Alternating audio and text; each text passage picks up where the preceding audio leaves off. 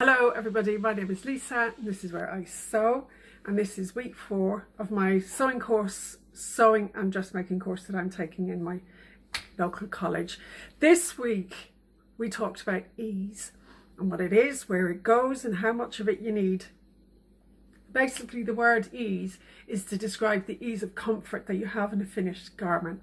Because if you were to make something precisely to your body measurements, it would be skin tight. You wouldn't be able to lift your arms or pull your shoulders forwards, sit down, stand up, walk. No. Ease is usually fitted in at the bust, the waist and the hips. So to accommodate all that movement, that natural movement. It usually is between 2 and 4 inches. And when you're reading a pattern, you can assume that the ease is already fitted in. When you look at the pattern at the back, the finished garment measures have included the ease. But if you have a pattern and your measurements are beyond what the final, say you're 14 but the pattern finishes at a 12 and you want to upgrade the pattern, you need to account for the ease into that.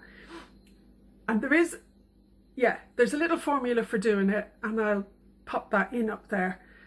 I'm so rubbish with figures. I wouldn't even attempt to explain how to do it because I get it back. I'll be here forever trying to film it. So I'll put it in up there and you can refer back to it if needs be. Now, ease is really important in a fitted garment. Not so important in a flowing garment, say like a sundress or something like that.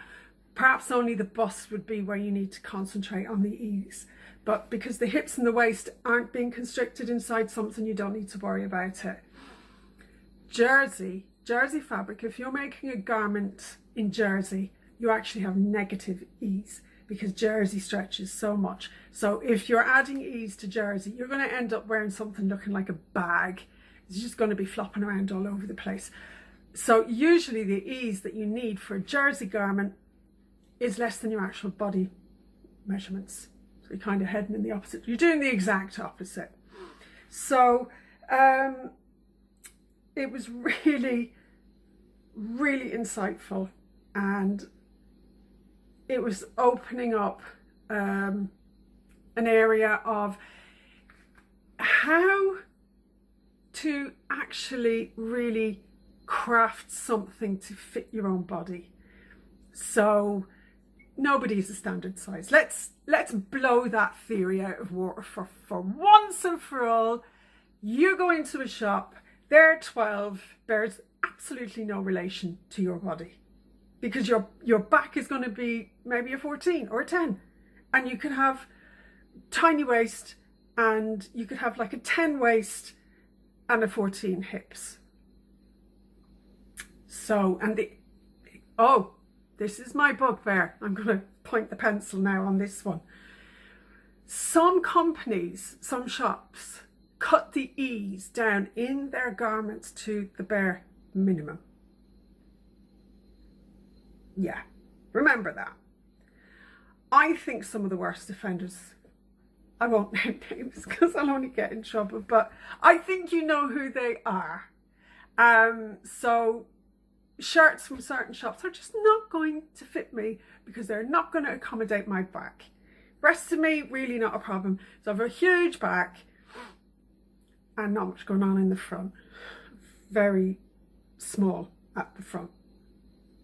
So remember that about shops. Commercial patterns have it already accounted for, but you can mess around with it. If you need to add more ease in somewhere, then do it. Or you need to reduce something, put a dart in, but I'll talk about something about that a little later on. So that was the technical part of the class.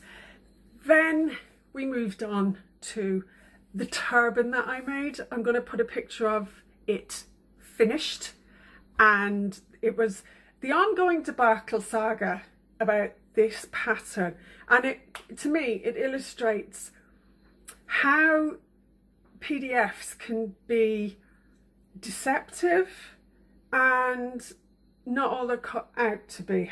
See what I did there? Yeah, so it was this, it's another woman in the class. It just so happened we had both bought the same PDF for a pattern for a turban, and we'd bought it online. So last week we had spent 2 hours, a good 2 hours, trying to figure out, upgrade this pattern, and it was a, you know, it was a mystery to both of us. So when I got home, had a rootle in my cupboard, got the pattern out, mine was perfect. It was doing what it should be doing. It was the right size, and all, you know. So I cut it all out, I made a prototype of the turban, and I brought it in to show the other woman, and it was like, oh my word, those two patterns were light years away from each other. So she's going to get back onto the person that supplied it, have a little word, because I can't remember the exact price, but it wasn't like £2, and it definitely wasn't free. It was a vintage one, and I think it might have been more than £5. I don't want to say for certain because it wasn't, but it, you know, it wasn't £2 or £3. And to me, it suggests that this seller is not doing any quality control. And you can't be doing that. You can't be, because once you've cut a pattern out, I don't know what the law is, terms and conditions about, can you get a refund? Can you get it sent back? I don't really know. So, but she was really pleased with it. And it's springboarded her onto some other ideas. And it's that creativity about this class that I absolutely love. It's two heads better than one. And that you can bring something, add something, and as well take something away for yourself. Which brings me on to the next point. The toile that I made for the pattern that I'm making, I'm going to insert that up here just to refresh it. It's an easy sew Vogue pattern, culottes and bodice combination, all in onesie with a zip up the back. I'd made the toile, brought it in, slipped it over my clothes. I looked like a complete clown. It was just, it felt ridiculous. But the teacher came along and helped me adjust everything and gave me her input and showed me really clearly where I needed to make the adjustments. And she saw things that I could never see. For instance, my back, again. I knew it wasn't fitting me on my back, but I didn't know by how much. And I also need to incorporate the space for a zip. So she was like, literally scribbling on my back going, yeah, you need that. Help me cut the right arm sleeve, the cap sleeve, get it in the right place, round it out under my arms so it's not too tight. And then, you know, realised that the bust was way too baggy, so where to put the darts in. And then she stood back and gave me a head to toe inventory. And I don't know, is it because you get a bit blind to your own body after a while that you kind of don't see things that somebody else is going to see with a fresh eye? So she's like, yeah, you need to shorten the bodice and lengthen the waist of that because it's cut you off at the wrong place entirely. So you've got no shape in that. It looks like you're wearing a very large sack. Now, I mean, I don't know whether I would have been able to see that or appreciate that, or there's nobody around that I can really ask. So I'd be working in the dark, more or less. So I think all in all, in 10 minutes, I learned more from her talking about what to suggest to do with the toile than if I had read books for weeks and weeks and weeks. It's like, I don't know about you, but for me, you know, I can read something and I can read it, but I'm not feeling entirely confident that I've absorbed it all. But if somebody sits down with me, I'm like, oh yeah, patently obvious, and it's there, and I can move along. But with reading, I tend to have to go back over, and I don't feel like I'm learning independently. I don't, you know, I've still got the stabilizers on. And that's what this class is really helping me out with, ensuring that I feel absolutely confident in what I'm doing and how I'm approaching things. So I've got a really rock solid, you know, foundation underneath me. This week's upcycled piece is a little jumper that I picked up at a charity shop, and I just looked at it, and it's been the Met Gala, and this idea came to me about my own charity shop Met Gala look. So there seemed to be lots of filigree and chains and bits and pieces. So I was in a charity shop and I came across, it's just like a gold loose knitted sort of a jumper, but it wasn't saying anything to me, but I just thought, you know, the colours are cute. So I put a picture up of what it actually was and some of the process of what I went through to change it, just to kind of illustrate what I did. So she is the one and only Mandy. Oh, you can't see the length of it. So I chopped off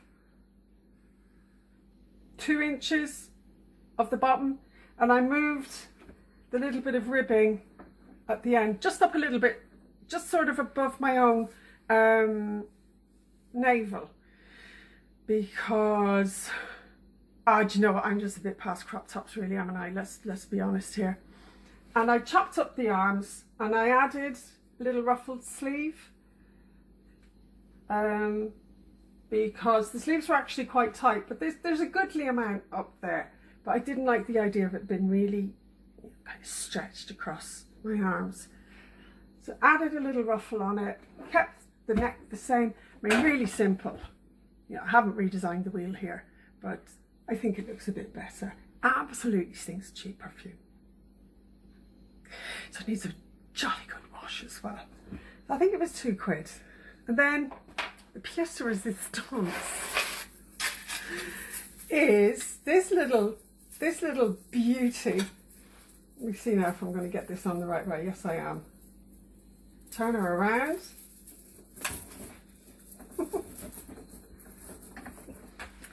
So subtle. Where are you going in that?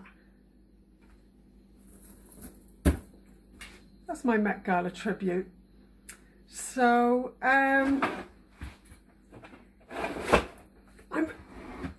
with regards to the class, being physically in the class, I have found that the noise levels really wearing. So yesterday it got to 2:30 and I really couldn't take any more, but I thought I have to get out of here now, because it's draining. It's really draining, and it leaves me. That's why I'm doing this the day after, because when I got home yesterday I wasn't fit for anything. So I made an excuse, but I have to go to the dentist because I am emotionally only 10 years old. That's all I could come up with.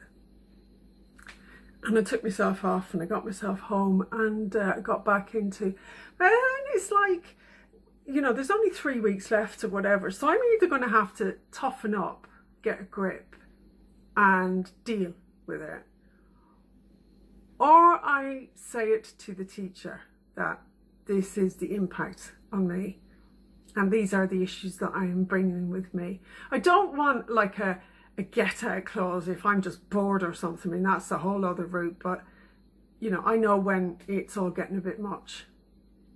But then it begs the question, I don't know her very well. I don't know what response, you know, or judgment. I mean, everybody says, when you can think what you think, that's your problem, because, you know, everybody's got like, mental health isn't a big deal anymore. Do you know what, lads, it actually is? You know, don't let anybody tell you it isn't, because people are going to take a different view of you. Even if like you appear perfectly fine and all right, it's because, you know, you're working really hard to stay perfectly all right and well and not act like a complete loon. So there's the only thing, if she doesn't know, then there's not a lot she can do, and then it's just up to me to manage. So that's, but I haven't really come up against this in this sort of a circumstance, in a, you know, in where it's not somebody who knows me. This, you know, this is somebody who's no idea who I am. So I'm a little bit like, I'm still over here reading it going, Which seems all right, but anyway, we'll see what happens. There's only 3 weeks left. But I can't keep disappearing like that. Anyway, have to manage it. So, that was my week. Next week, I hope to have got the fabric for my outfit, have it cut out with all the alterations in place, which I need to do on the toile. So I'll make all the alterations on the toile, cut out a new pattern, cut out the fabric. That should be all right, shouldn't it? Okay, so leave me a comment, leave me a like, leave me a subscribe, tell me about any PDFs that have gone wrong on you and what you've been upcycling and repurposing, or what patterns you're working on. So thanks for coming by. Come and see me again. Have a good week. Bye for now.